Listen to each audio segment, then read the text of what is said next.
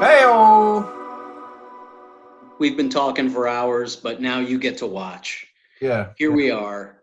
Thomas J Bellezza. We were talking for hours. Let me just get these earplugs out. 1 second. I'm ready to hear you. Steve, I want to say it's Steve. It's so good to be here with my buddy Thomas J Bellezza, who makes horrible, corny jokes in all the most opportune moments. But we're here to talk about something mystical, bizarre, and also kind of hilarious. That adventure that we had together in New York in 2016. I want to say it was April or May. Am I wrong? Was it 2016? Was it 2016? I'm pretty sure it was. Was it 2017? Yeah, it would have to be because June to July I did the cancer stuff, and then Katrina was gone by the time you visited, so it has to be 2017. Okay, I thought you had cancer after I visited. The time that I think the second time I saw you was just this last year when you came to Corey's.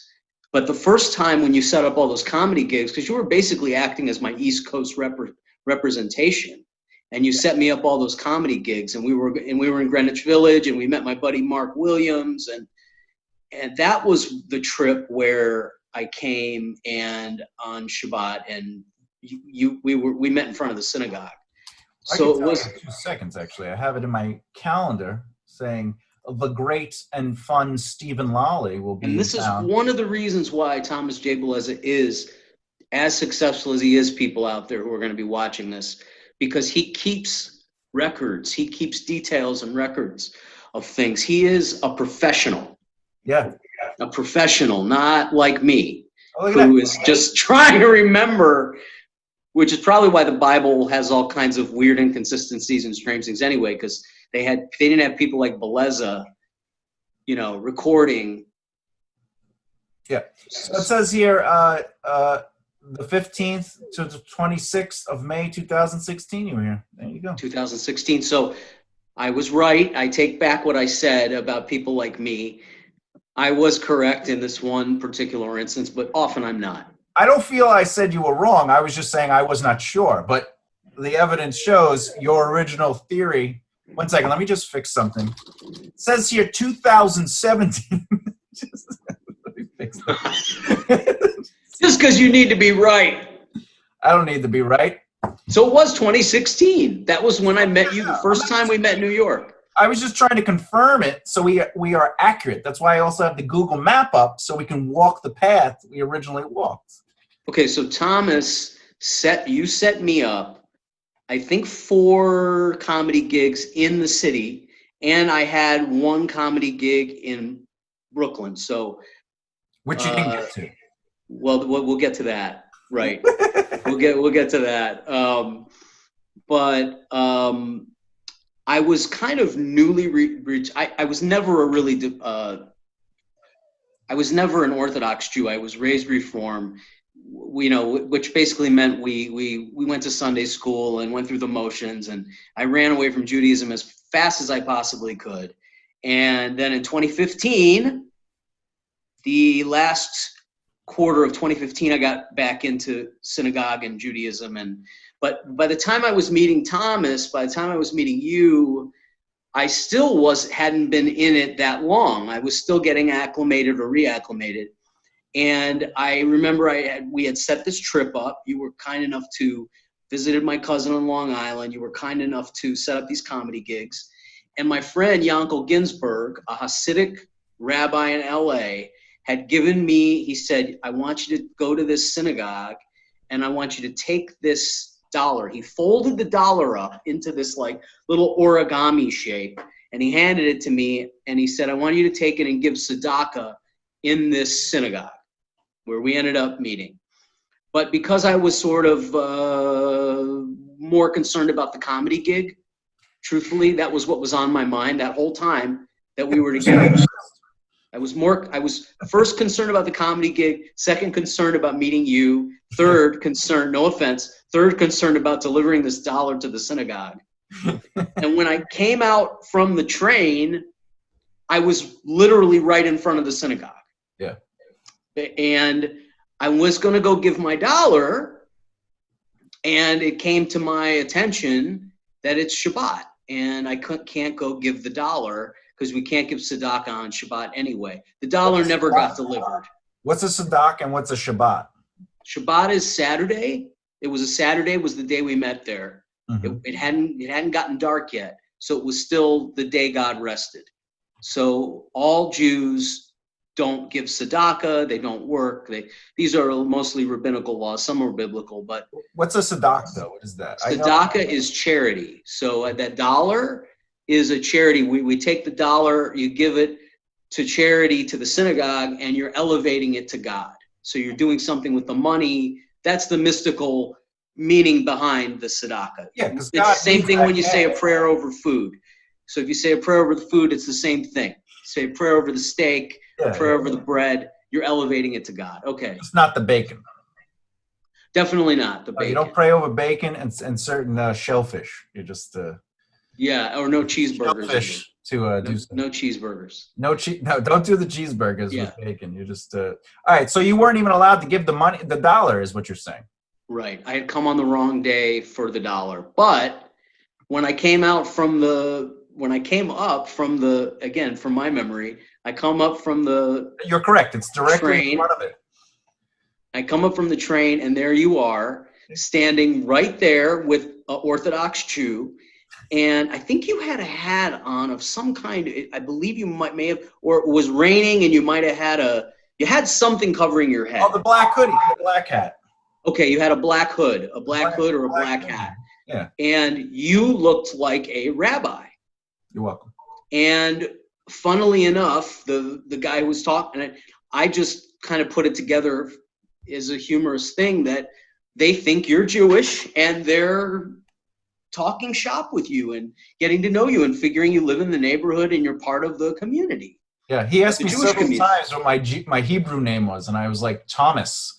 And he's like, no, really? And I go, I'm not Jewish. And he goes, yes, you are. What's your Hebrew name? I'm like, it's Thomas.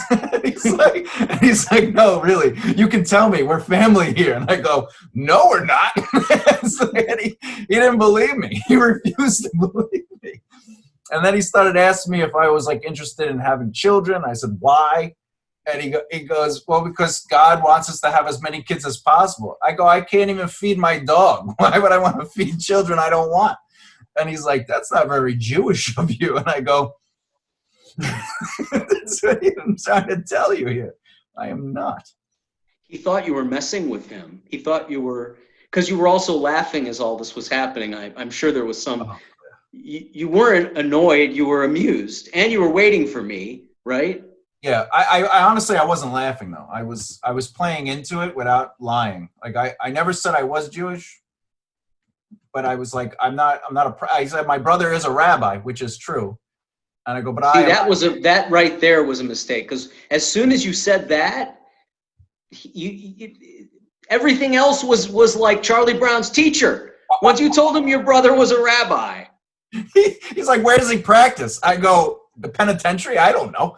he thought you were fucking with him, or he thought you were Jewish. Either way, you were not getting out of that. If he had a hot redheaded sister, I definitely would have played into it more. He was a redheaded guy. Yeah. But he was not he did not have a sister to introduce me to me. And I was a little bit. But carry on. Yeah, so this was the conversation you were having with him. Yeah. When I approached you. And you're Jewish. So that even played into the fact that he's like, how can you not be Jewish? And he's like, why are you here? And you go, I came to give a dollar. And he's like, oh, so you're all That's when he told me, he said, it's Shabbos, you can't go there anyway. Yeah. Right. But didn't you go in for a second anyway? I did not go in. I've never been in. No, I never got in. No. Because the next thing I knew, I was grabbed by the arm, physically grabbed by the arm by an older man. Yeah. Who also had red hair. He spoke no English. And he grabbed me and started pulling me down the street by my arm.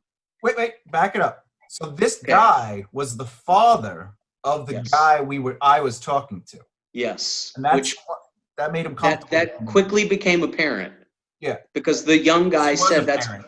I said, what in the hell is going on? I was laughing, but I said, what in the hell is going on? And the guy said, that's my dad. He said, yep. And he was drunk, by the way. He drank a little too much Shiva. The young guy? No, the old guy. He was drunk. The old guy, I could smell the alcohol on him. Yeah, he definitely. But he wasn't behaving like a drunk. I will say this. Well, he wasn't, aside from grabbing me and pulling me down the street. He was aside from a functional alcoholic. He was a functional. I've never. Let me say this. I've never met a drunk. I know many drunks, and have known many drunks in my time. My 40 years on this planet, I have known many drunks. Yes. None of them have ever grabbed me by the arm and pulled me down the street with the intention of kindness, like this guy did. Oh yeah, definitely. There was kindness in his pickpocket. And I turned to you like, what is going on?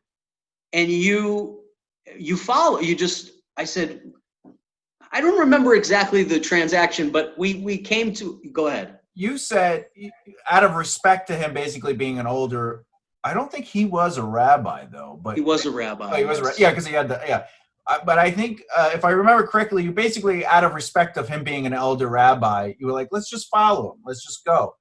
And then you said, basically, we had plenty of time before you had to get to the Brooklyn gig.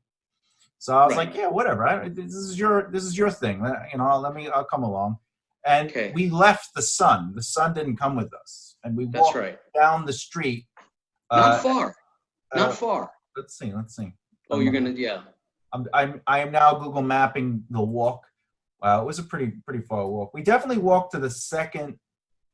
So we walked to the first corner, and then we crossed the street. And when we crossed the street, we ran into a higher rabbi with the last name Levine.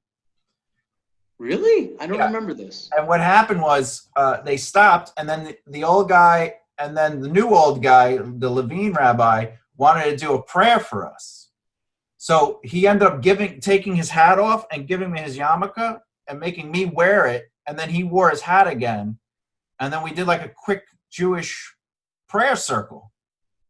And then we just had like a moment. It was like, literally, it was like, oh, this is I didn't know what the old guy was saying, but he was like basically saying this. And you were like, oh, he's saying he's a rabbi and he wants to do a prayer because you knew what he was saying. And then I was like, oh, all right. And then he was like, he kept doing this. And I was like, I don't have anything. And he was like, and he just gave me his yarmulke. And then they did I have a yarmulke with me? You did. Yeah. You put it on. Yeah. It was, but you took it off after the prayer. You didn't have it on the whole time. I got it. Okay. So after that, and by the way, we were on Eastern Parkway at the time. At 770 Eastern Parkway. That's where the synagogue is located. No. Where we stopped with the guy was a little further down. I'm trying to find the street. Well, it was just a cross walkway. But anyway, then we maintained going in that same direction. So let me just. I feel like we made a left on another. We went down another corner. Okay. So let me just find it real quick. It's nice to visually see this stuff because then it makes me remember it. Yeah, see, here's the house. And he was talking. We were making jokes, but we didn't necessarily. Yeah, see, here's the. So we're going down here. Yeah. When we went to his house. Okay, it's important to note just before we get to the house, this man spoke no English.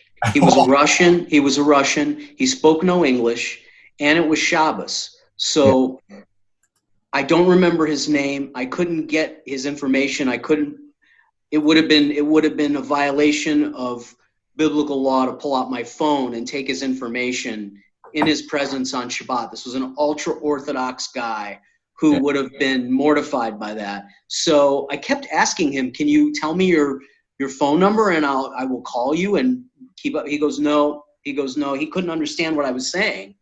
He couldn't understand what I was saying. Yeah, and you kept saying, I wish I could just give you my card. That's what you kept saying to him. You're like, I wish I could just give you my card. I wanted to stay in touch with the guy. Yeah. It was, so go ahead. We get to the house. So we get to the house, and right away, honestly, I thought we were going to be murdered. because I was like, this is really bizarre. Like, there was just nothing. We didn't know what he was saying. So at the whole time, he could have been saying in Russian, "I'm taking you back to kill you," and all we did was have faith in the spiritual aspect of it. Okay. We He just did kinda say, let though, he did say, and this is why I didn't think we were going to get killed. He did say kiddush. He wanted me to make kiddush with him. the prayer and drink, right? You wanted to pray. Right. He wanted us to do a drink together. So, And you told him I was an alcoholic and I hadn't drank in a while because he wanted me to drink. I don't drink. right. Like, He wanted you to partake. yeah, and you basically told him that, like, oh, he's been dry. He's been dry for a couple of years. He doesn't drink, yeah. Neither do I really drink, but I agreed to make kiddush with the guy. Yeah, it was pretty exciting. Did we go down 2 blocks after we made that left? We didn't go very far. I don't remember going very far. Yeah, because the 1 block led. You got blurry. Okay, you're back. Yeah, it'll get blurry. I got a camera from 2000. But so after we made the left, did we make another left or a right? I don't think so. I think we just went straight, and his house was on the right. It was an old brownstone, straight up like a second floor. I remember going up some stairs. Well, it wasn't a brownstone. It was literally an apartment building. But it was an apartment building. Okay. Because he definitely lived across the street from another kind of temple. Yes, because we went in there after. He brought us there after. Yeah, so I'm trying to find that temple. All right, so that's definitely. But yeah, no, we walked in and there was like a bunch of whatchamacallit, baby carriages. They were lined up along the road, the side of the building, and then we went up the stairs and it felt like it was just one big house that everyone kind of shared the apartment. And then we went into his place and it was I'm not saying this disrespectfully, but it was filthy. It was a mess. Yeah, it was a mess. But that's what a lot of Orthodox Jews' homes look like on Shabbat, especially if they have a lot of kids. Well, because they can't clean it. Right, and because he had a bunch of kids. Because when we got in there, he started showing me, just to fast forward for a second, when we got in there, he started taking me to pictures of his kids and showing them and asking me, again, he spoke no English. So I was getting this just through Yiddish, through Hebrew, and through a lot of hand gestures and, hieroglyphics. He was showing me his kids, and he had a bunch of children who were disabled. And you remember this, disabled and sick. And he asked me to pray for them. He said, please pray for my son. Please pray for my children. Yeah, but over and over. His son's children. I don't think they were his children. Oh, you do? Because he was much older. He was really old compared to the son. But he had when we met the son, he said he had 6 other siblings. Okay, so those were his grandchildren he was asking us to pray for. Yeah. Also, I'd like to point out they did have cut toilet paper in the bathroom. Right, so you wouldn't have to tear the toilet paper. Yeah, I thought that confirmed everything I knew. That's all I know about Jewish people. But they confirmed everything. So I was pretty excited about that. I'm so glad that detail illuminated you. Yeah, really. Well, it was either that or drink. So I had to exit. And also you were a very hospitable. You went along with this thing. Remember, I'm performing later, and I'm more concerned. All that's going on in my head is this comedy show's happening. Yeah. If I had been a little more present, I would have realized what was happening, what was important, what was happening was being with this guy. You're thinking lesbians and Twister. That's all you're thinking. It's how do I remember my jokes? And I'm just sitting there like. No, that's not what I was thinking. I was thinking of, I've had all these incredible shows in New York. Yeah. And I'm excited. I was excited. I wanted to keep doing comedy in New York. I had every show I said I had in New York was fun. It was it was way better than any other place I'd ever. This is the first time I really performed in New York. So I was really excited, and my mind was on tonight. Well, you were going to play in a living room or something, wasn't it? But it wasn't just a living room. It was kind of a hip show. It was like an alternative comedy show and a guy's like they were revolving apartments that they would have comedy in. Yeah. And this guy was the host, and I knew him from way back. I've known him for years. I haven't been in touch with him that much, but anyway, he booked me. He said, "When you're in New York, come and I'll get you on the show." Yeah. So, but anyway, my mind was on that, not this rabbi. I was still kind of thinking I need to get out of here, and okay, enough's enough. Let's go to the comedy. And so we made Kiddush, and I don't think he poured wine. I think he poured liquor. I think I had a shot. It was definitely liquor. But I was curious because I thought he couldn't do that. I thought he wasn't allowed, because isn't that an act? Wasn't that part of wasn't that an action, or you're allowed to drink? No, dude, you're encouraged to drink.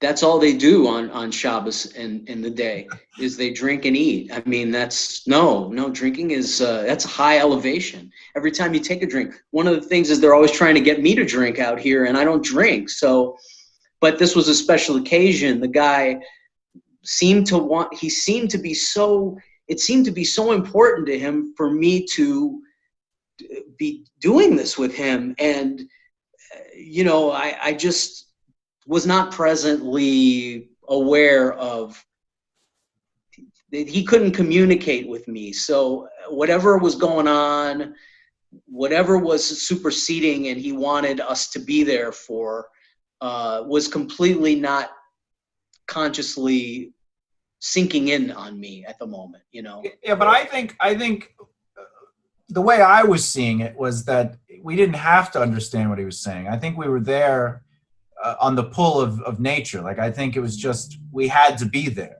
Like, no matter what we wanted to do, I think we were meant to be in that situation.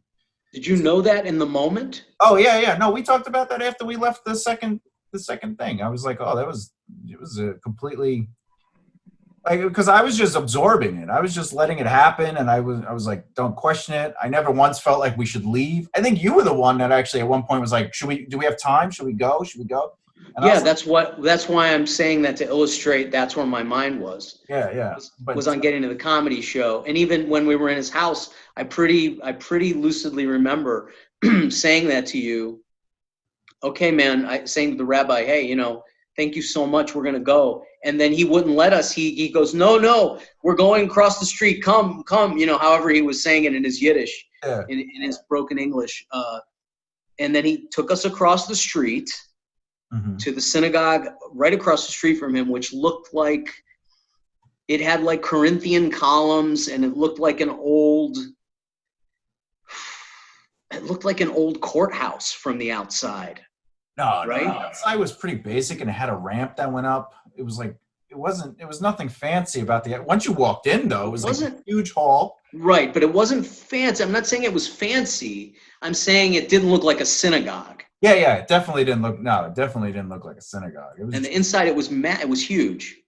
It was, in fact, I felt like we walked through, this is going to sound, I'm not making a joke. I felt like we walked through like a door of magic, like where it was just like, in cartoons where they have like the little tiny door and they walk in and then it's a mansion. Yes. Because the front of it looked smaller than the two houses it was between. And if somehow it went in and then like it went down, then straight and then up, and then you entered another room. And then that's where the temple was. Like, it was like this massive, and then the temple just kept going.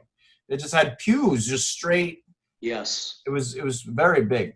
It was very So big. What do you remember about when we went into the temple? Can you tell me what you remember about in there? So when we went in, when we first walked in, it was like two Jewish people outside that obviously knew the older man. They said their hellos, and then they said hi to us. Then we walked in, and it was pretty empty. And when we first walked in, it was dark, like as if the lights were almost off, but there was a light coming from the temple doors.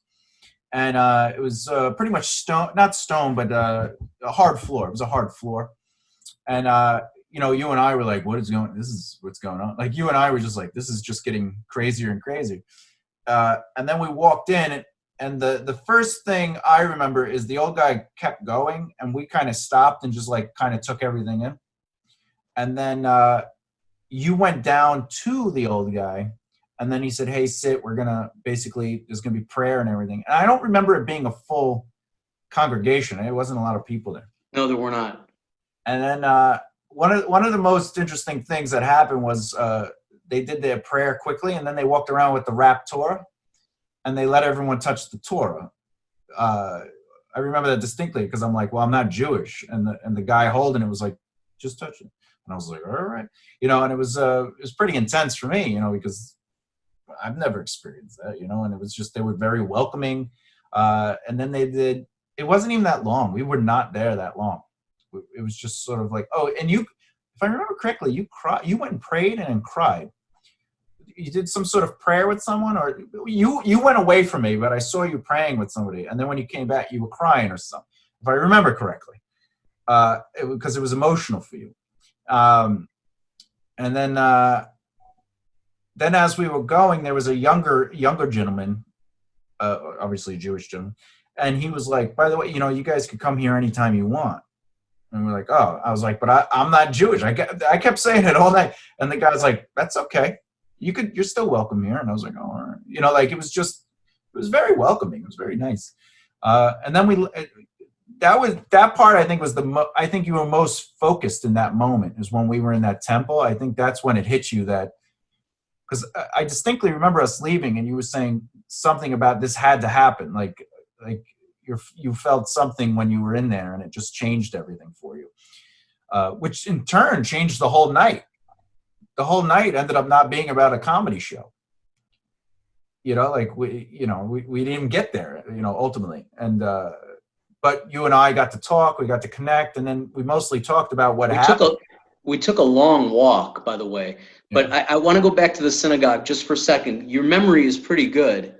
There are a couple things, though, that you're leaving out. The first thing is that you were really on it when you said something happened to me. I think I became present, and I realized that this was I still didn't forget about the comedy show. I was still focused on the comedy show.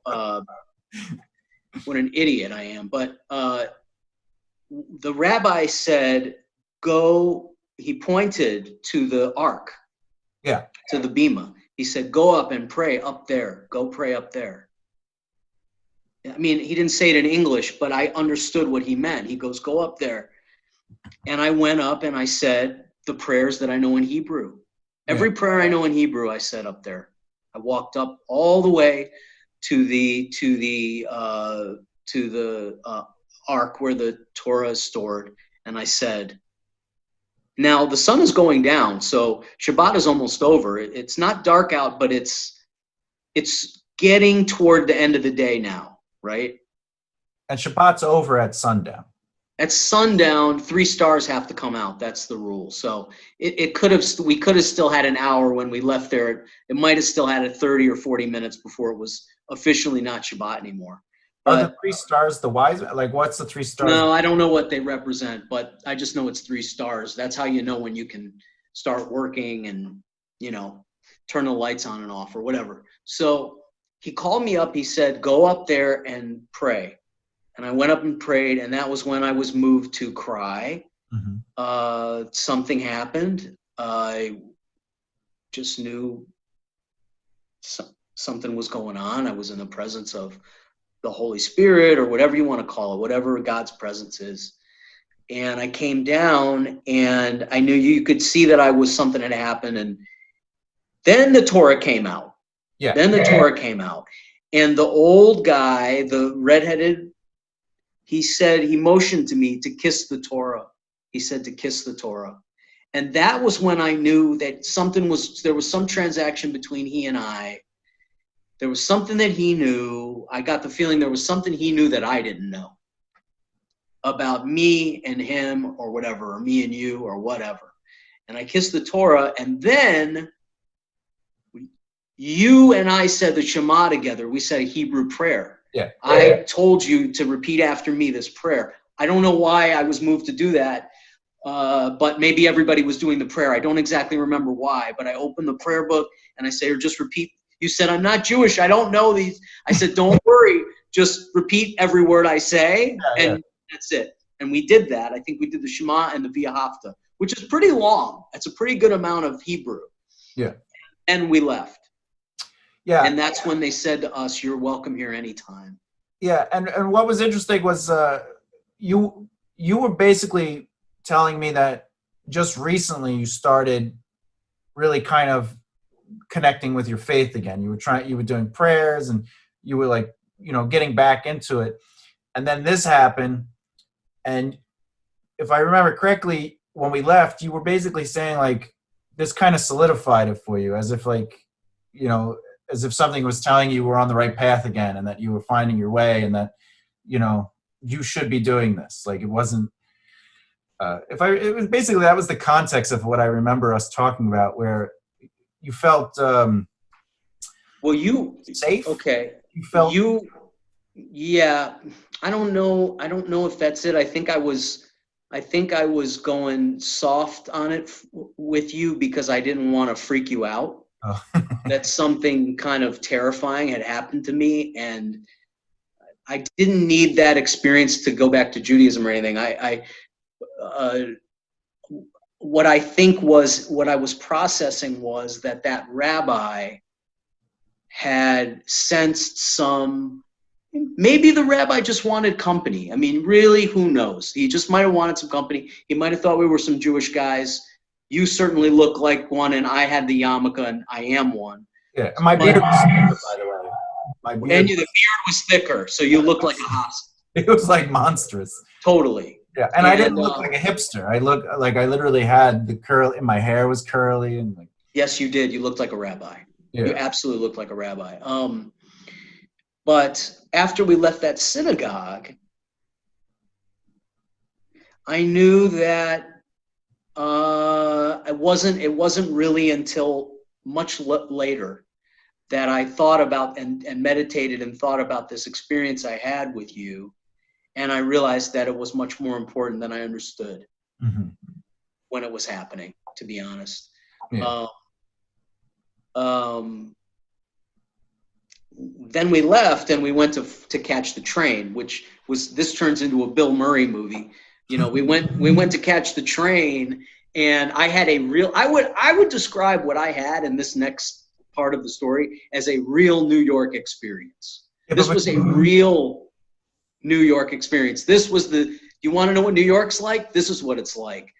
Yeah, but before we got on the train, didn't we stop at like a pizza chicken place? Did you get some food? Because I didn't. Or maybe I got it before I met up with you. Yeah, you must have. I don't remember that. Because I before I met up with you, so Crown Heights is like one big square. It's a massive square. And like around Crown Heights is not Jewish. Like at all. And there's this pizzeria that was a pizzeria on one side, and then like a chicken place on the other side. And let's just say it wasn't Jewish. So I could have swore you and I were there, but I think it was just me. Oh yeah, because I got it because I was hungry. It was like dinner time when we showed up, and so I'm eating there, and it was just like, it was bizarre because like you could literally look down that road where the pizza place was, and then like Crown Heights, and it was just two different worlds. And I remember that, and especially when we were walking with the rabbi, there's like, we were walking and you have all the buildings, this to this way is Crown Heights really, and then to this way is like the highway, and like you saw like the Crown Heights police, like they had their own police in this area, and you could, but like if you could look past that street, it just became poorer and poorer, and you were just like, what's going on? So that I thought was it was just like a barrier, like it was just literally like this two different worlds, and they were literally a road apart. It wasn't like you went like 6 blocks and it changed. It was like, Crown Heights, nice places, and then like it was just. See, it's all New York to me, because I don't live there. So to me, it's all the big city, and I can't tell the difference between the Jewish neighborhood and the not Jewish neighborhood, really. But I'm sure we did eventually walk out of that Jewish neighborhood, and because we had to catch the train to get to another part of Brooklyn. Yeah, we jumped on the train and. Okay, first thing is I had the wrong address. I had the right street and the right address, but I had the wrong. It was avenue instead of street or something like that. And you put it in your phone to navigate it, and you go, oh yeah, we got to catch this train. We'll be there we're going to be there with plenty of time to spare. So we get on that train and we get to that neighborhood, and we go to that address, and it's like an abandoned building. Well, No, it was like there was two entrances. One was the abandoned part, and the other one was like sort of like another like business or something like that. And we were like, Something. "Do we The just point is, walk in?" it was the wrong place. Yeah, and And you're I calling your finally, friend, and it's like, "I'm right outside," and you're like, "No, you're not." yeah, I'm on the phone with the guy. I go, I'm here. What the fuck? Is this a practical joke? And then finally we hung up. Oh, the comedy show was going on. We were like, it was just starting. And the guy put me on speakerphone, and he tried to clown me in front of his audience. Yeah. And I said something through the phone, and I could hear a huge roar of laughter. Yeah, of I course said, you said it. What? Of course you said it. I don't know what the fuck I even said. The guy tried to razz me or whatever he tried to say, and I came back with something. I don't even know what the fuck I said, but I got a laugh. I performed on that show. I want you to know. I do remember you saying that. You were like, "It counts." It counts. Yeah, I still use that poster as promo because I did provide that audience with levity. You did, absolutely. Yeah, I was there. So I didn't. I get off the phone. I get off the phone with the guy, and finally I pull up the poster, and we haven't given up getting to the show yet. I just want to point that out. I said to Thomas, Thomas, it's Avenue, not Street. And he said, okay, don't worry. I'm going to put it in my phone and we'll get there. So he goes, okay, what we got to do is we got to take the A train or the C train, whatever the fuck it was. It was so crazy. Now we go down. Now it's about to turn into like Quick Change with Bill Murray. We go down into the subway and we get on a train that I think kicked us off halfway through the train ride. That's right. And it said, this is the New York experience, people.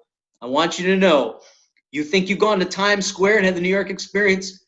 You haven't had the fucking New York. This is the Thomas J Bellezza tour of the Big Apple. I had nothing to do with that train. Fucking train. The train just said, you can't go. This is not working. It didn't even go again. It just stopped. And it's like everyone off. And I'm just like, what's going on here? What's going on? What's going on? And they're like, people they're confused too. They're looking around. Right. Like, you know, and you were not though. You were like, don't worry, I got this. We're gonna get on. And do you want to take it from here? Because I don't remember. What I remember from that instance is at one point or another, we didn't abandon our quest to get there, but we said, I don't think we're meant to go there tonight. Right. I think tonight was about that religious experience. And I think that was something that was conscious to us. I was like, I think this was about us spending time and experiencing what we did together. And I think that's what tonight was about.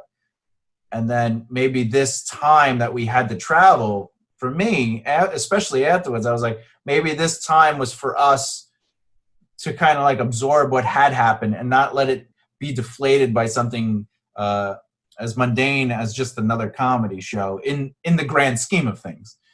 You know, even though obviously to comedians, a comedy show is life, but in this situation, I think it was a secondary. It was maybe it was God showing me what my real priority should be. Yeah, that could be. But we also walked. I do remember you spending a good deal of time, if I remember correctly, on your phone, still trying to figure out how to get to this place. And then what we came to the decision that we were not going to take a train. We would just go up and walk, and we would walk as far as we walked. I forget where we walked to, but you ended up going with me to Penn Station. I feel like we walked and took a train and then ended up in Manhattan. And because I had to go to Penn Station to get back to Long Island. Yeah, I went with you to Penn to spend time with you. Right. And that was we were together for several hours just catching up and talking. You had told me, I remember, you don't talk about your religion a whole lot, right. And you do believe, but you don't, it's personal and you don't share it with a lot of people. You didn't go into a whole lot of detail, but you said that, and then we walked and we were together for several hours. It was one of my most fond, it was definitely my most fond time with you. And I've had some really fun times with you through comedy, where we met in Florida when I was down there and you were living down there. I was traveling through. I mean, we've had some cool times together. Yeah. but this was definitely the best. And it wasn't until after all this that you told me that night made you consider changing your faith, your religion. Well, not that I maybe consider changing my faith, but that like I looked at Judaism, like I said, was this sort of like Judaism? Because everyone's always like, you're Jewish, you look Jewish, people think I'm Jewish. You know, in the comedy world, especially in New York, I got a lot of my opportunities because people thought I was Jewish, and I never corrected them, but I never also said I was Jewish. You know, and I'm thinking. And then my brother's a rabbi, which is true. And then we went there, and you know, it was just one of those situations. I was like, is this like something trying to tell me that this is really where I should be? Should I, not that I should be a worshiper, but should I at least listen to the Jewish? Should you look more into Judaism? Yeah. But ultimately, I've studied every religion in a sense. Like I've read as much of the books as I can. I study the cultures. I talk to people, ask questions. Religion's always been important to me because I'm extremely religious. But at the same time, I know that where I am I know what my faith is, and it's something that has always been strong with me. So it wasn't like I was thinking of leaving my faith. It was just that it was more like I should listen to Judaism a little bit more. You had a curiosity. Suddenly there was like a curiosity. Yeah, like it was less like, it's just a religion, to what do they have to say? Like, is there something more, and not so much in the words, but like in the people, you know, in the culture, right. in the essence of what it is. So it was the intention, it was the friendliness and the kindness and the welcomingness, and the what a warm moment that was in that synagogue with that rabbi. That was just a warm, loving. I mean, I'm such an idiot. I wish we could have stayed there longer, you know, and I wish we had stayed there longer, to be honest, looking back. I don't think we were meant to stay there longer, though. Well, we were meant to. I was hell-bent on getting to this stupid, you know, fakakta comedy show that was really a trivial, vain exercise that I was placing all this significance on. Yeah. But if I hadn't, I would have definitely said, Thomas, let's just sit a while and let's just stay here, because I felt really warm there, you know. And when I come back, I would like to go with you to that synagogue maybe again and visit there. Yeah, whatever. You know, I'm always down. Okay, I'll bring you a yarmulke. Maybe I'll knit my own. I'm surprised you haven't already actually knitted many yarmulkes. I'm not saying I was never not gifted one, but I definitely was gifted one once, and I just never kept it. It got lost in a couple of moves. Yeah, well, I've moved a lot in my life, so I've lost a lot of things. I don't even know where half my totes are gone, you know, and I was just like, whatever, and I just accept it. I'm also a minimalist. I don't really like things. Like, people buy me birthday presents. I'm like, great. More things. Like, now I have to. Oh, we're very similar that way, you and I. Yeah, I just don't. For me, what I own, I need to be able to. It's something I use at least once every 3 months. If I don't use it once every 3 months, it's almost, I don't know, why do I have it, you know? Unless it, you know, I have some things that are like my history or my family, or, you know, it has greater depth than being a thing. It has emotional purpose. But are you is that's JD, right? Your buddy? Oh yeah. JD, is he your roommate? He is, yeah. He lives on the other side of the house. So you're not all alone, and you have some company, and you have some, you know, companionship and company during this time. Yeah. He definitely. Well, I have two. You know, because, you know, my house is. I have a pretty big place in Brooklyn, so I open my doors to people to help them, and so I have another roommate here that basically was trying to get their career in the business of acting and entertainment and writing. And I says, well, come live with me, you know, have fun and do what you got to do. And, you know, he's in the business now, but he's here, JD's here, and I'm here. So okay. So you guys it's not like this would be a shitty time to have some other people around, you know? Yeah, but we're all guys, so we basically stay in our rooms. Yeah, I know how that is because I have a roommate too. It doesn't cure the real deep boredom, but at least you have someone. You're not like Tom Hanks with the fucking volleyball on the island. You know what I mean? Yeah. Or Tom Hanks on Saturday Night Live. You know, it's like Tom Hanks with the coronavirus. Oh Jesus!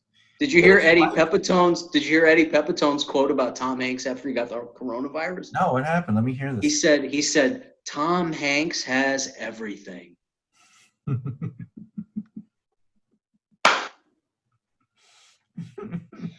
Oh man. My God, you should work with that guy. Yeah, I know. I got to do something about that. Anyway, I love you, man, and God bless you, and thank you so much for doing this.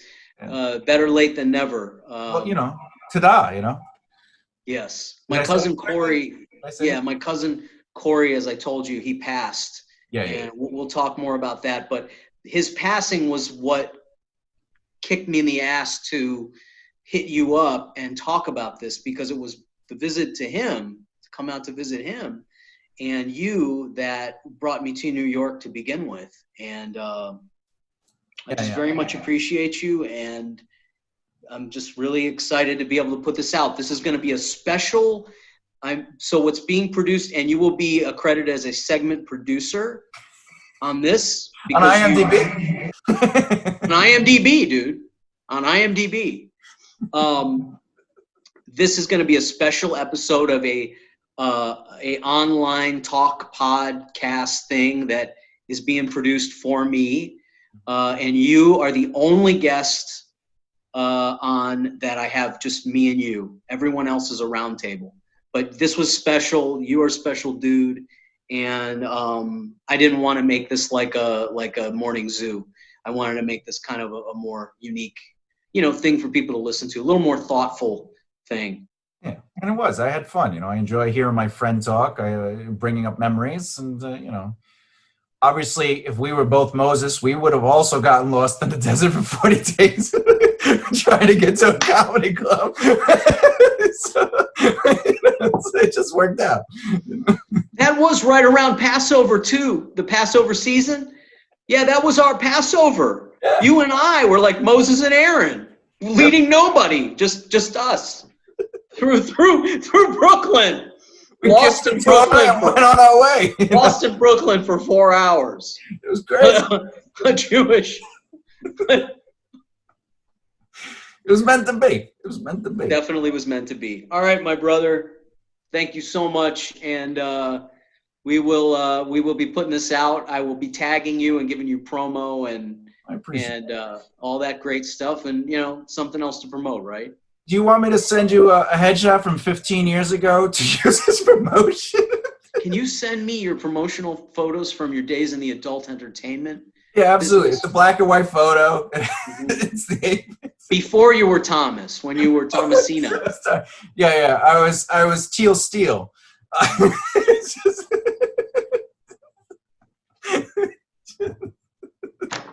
Female metal rock porn star. Teal Steel. I remember that. It was the late 90s. Yeah. I was the king of the pepperoni, as they said. Oh man, I've heard about that. You were the pepper mill of Coney Island. Yeah, I didn't realize when they called me the big cheese, it was because I was so cheesy that they were like. What did you think it was? What did you think? What did you think it meant? What exactly did you think it meant? I thought I was the whole kit and caboodle, the whole pie. You thought it meant you were important. Yeah, whatever. I'm Italian. That's what I thought. I'm Sicilian, so I was like, maybe that's the joke. And then they were like, just shut up and just take your thing out. And I was like, sorry that didn't work out the way you thought it would. I mean, the pay was good. It was, but a very temporary, you can only, people don't want to see you more than 1 or 2 times. Well, that's right. I can't perform more than 1 or 2 times, especially with the same person. My brain just, I picture the next person while I'm in the moment, just so I can get through it. You know how it is. I do. It's a straight man's burden. Yeah. Well, you're the king of swing, as they say. I don't know if you're the backdoor man, but you're definitely the king of swing. And